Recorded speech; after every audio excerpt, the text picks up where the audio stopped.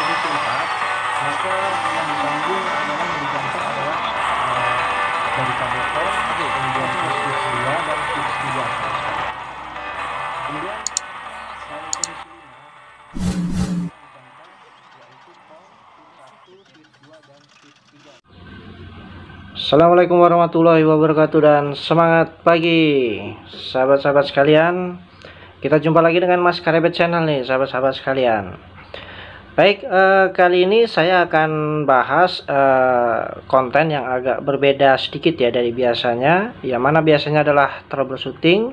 Nah, untuk pada momen kali ini saya akan share terkait dengan cara mengukur keoblakan ya atau kekocakan bearing atau bushing pada torque rod di unit HD785-7 Komatsu nih sahabat-sahabat sekalian. Nah, di Komatsu itu kan ada yang istilahnya itu torque rod dan juga atau dia bisa disebut juga dengan radius rod, atau yang populernya itu ya sahabat-sahabat sekalian, kalau yang torque rod itu di bawah, nah yang radius rod itu yang di atas. Ada dua kiri kanan, yang mana dia fungsinya adalah mengikat axle group belakang ya.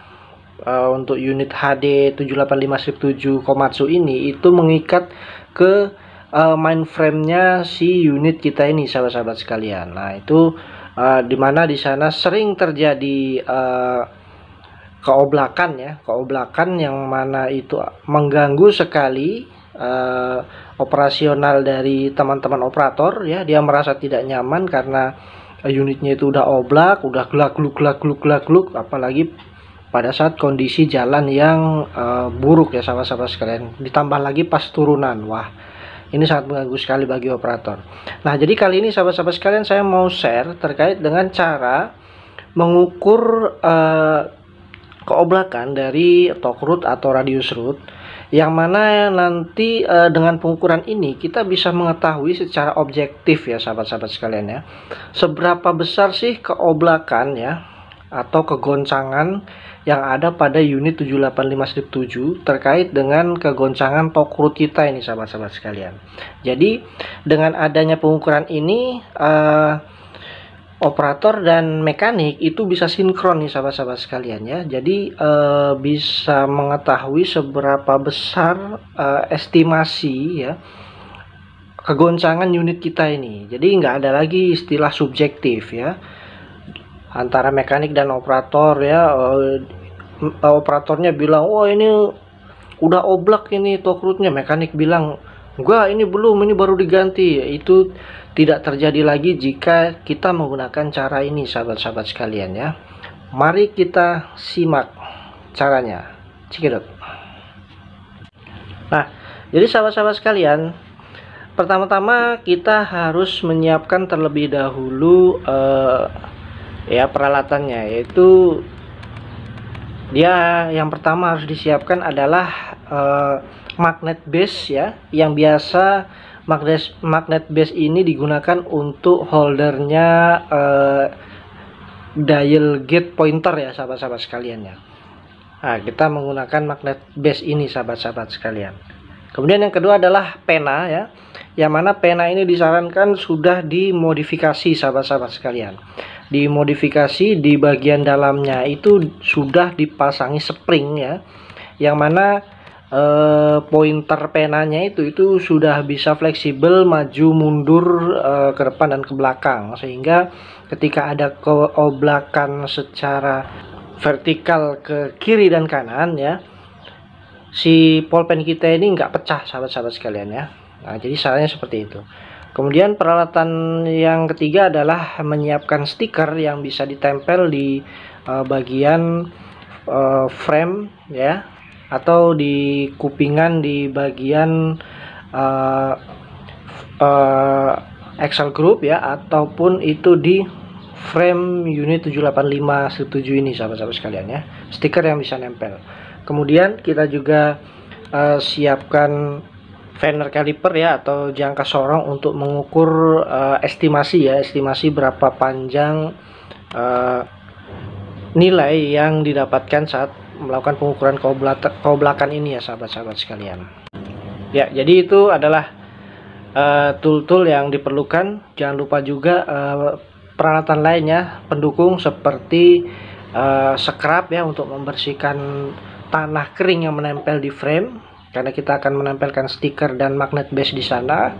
Kemudian jangan lupa juga alat tulis yang lainnya seperti itu ya sahabat-sahabat sekalian. Baik sahabat-sahabat sekalian, kemudian setelah kita mengumpulkan ya peralatan yang dibutuhkan ya sahabat-sahabat sekalian ya, kemudian unitnya sudah datang, yang pertama-tama kita lakukan adalah mengkomunikasikan dengan operator yang biasa membawa unit tersebut sahabat-sahabat sekalian ya, atau operator batangannya. Kita mencari informasi dulu ya, kita interview dulu kira-kira bagian mana nih yang parah, apakah kiri kanan ya. Biasanya operator itu paham sahabat-sahabat sekalian, itu bisa membantu kita ya sebagai inputan pada saat kita melakukan pengukuran. Jadi kita gambaran masalahnya, diagnosa masalahnya itu udah mulai terarah ya sahabat-sahabat sekalian. Kemudian selanjutnya kita memasang toolsnya ya. Jadi magnet base tadi itu ya, itu digunakan untuk holdernya si pena kita tadi. Nah, penanya itu dipasang di magnet base itu sahabat-sahabat sekalian, seperti yang ada di foto yang saya tampilkan ya. Nah, kemudian kita tempel si magnet base itu di rootnya atau di torque rootnya sahabat-sahabat sekalian ya. Kita tempel di sana, kita arahkan penanya itu ke arah kupingan frame, baik itu frame yang di depan ya, main frame, atau axle group yang di belakang ya, kupingan yang axle groupnya itu ya sahabat-sahabat sekalian, seperti yang ada di gambar ini. Nah, yang ada di kupingan axle group dan di mainframe itu ditempeli stiker sahabat-sahabat sekalian ya. Stiker yang mana stikernya itu dites dulu, dia harus bisa tercoret dengan pena ya. Nah, kita setting si magnet base ini ya, untuk bracketnya itu sebisa mungkin mengarahkan si pena kita itu menempel ya, ujung pointer pena kita itu menempel pada stiker ini ya sahabat-sahabat sekalian ya. Nah, kita bisa lihat di sana ya, pastikan permukaan dari magnet base itu rata sahabat-sahabat sekalian, jangan sampai ada gundukan tanah ya, makanya harus dibersihkan dulu dengan scrub dan juga dilap ya sebersih mungkin sahabat-sahabat sekalian, karena dikhawatirkan tool kita ini bisa jatuh pada saat pengukuran keoblakan dilakukan sahabat-sahabat sekalian. Nah, disarankan juga makin banyak magnet base makin baik ya, karena kalau magnet base nya cuma satu, penanya cuma satu ya, sepasang gitu, kita capek sahabat-sahabat sekalian. Kita harus mengukurnya 8 kali, karena kan di sini ada 8 titik ya, di torque root kiri 2 titik, torque root kanan 2 titik, radius root kiri 2 titik, radius root kiri 2 titik, radius kanan 2 titik. Jadi ada 8 titik, itu capek sahabat-sahabat sekalian. Tapi kalau ada setidak-tidaknya 4 tools ya, kita bisa lakukan 2 putaran saja untuk pengukuran ini sahabat-sahabat sekalian. Kemudian selanjutnya caranya adalah setelah kita memasang tools pada unit ya, seperti yang ada di foto, kemudian kita komunikasikan ke operator. Kita menyuruh operator untuk mengoperasikan unit ini ya, dengan cara maju mundur, maju kurang lebih 3 kali, mundur kurang lebih 3 kali, dilakukan dengan sekasar mungkin sahabat-sahabat sekalian. Jadi digas full, habis itu di brake full sampai unit kita ini berdentang, keoblakannya itu terasa sahabat-sahabat sekalian ya. Jadi sampai gludak, nah, itu makin bagus sahabat-sahabat sekalian ya. Gaspol rempol, itu maju, kemudian mundurnya lagi, gaspol rempol, kurang lebih 3 kali sahabat-sahabat sekalian, untuk mendapatkan pengukuran yang akurat sahabat-sahabat sekalian.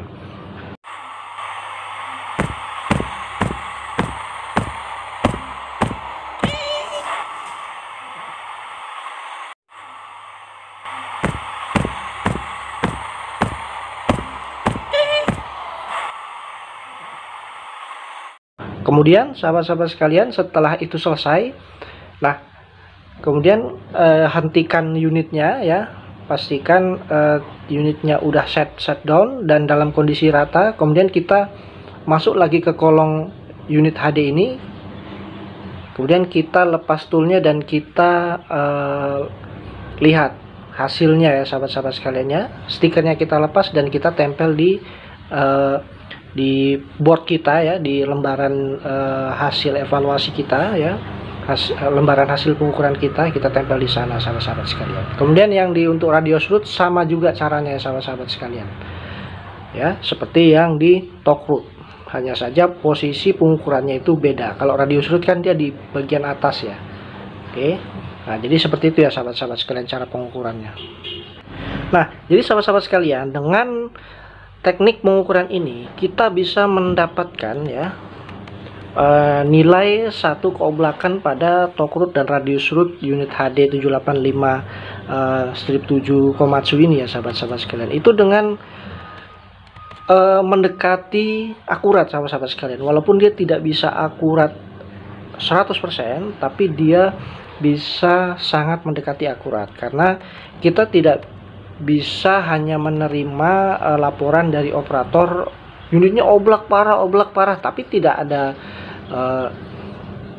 tidak ada objektivitas, tidak ada quantify ya pada seberapa besar sih keoblakannya, kita nggak tahu sahabat-sahabat sekalian. Tapi dengan cara ini ya, kita ukur tadi hasil yang sudah tercoretkan di stiker ya. Jadi penanya itu kan mencoret di stiker ya sahabat-sahabat sekalian ya, karena dia kegoncangannya si unit kita ini. Nah jadi panjangnya itu, panjang vertikalnya itu ya, itu yang kita ukur sahabat-sahabat sekalian ya.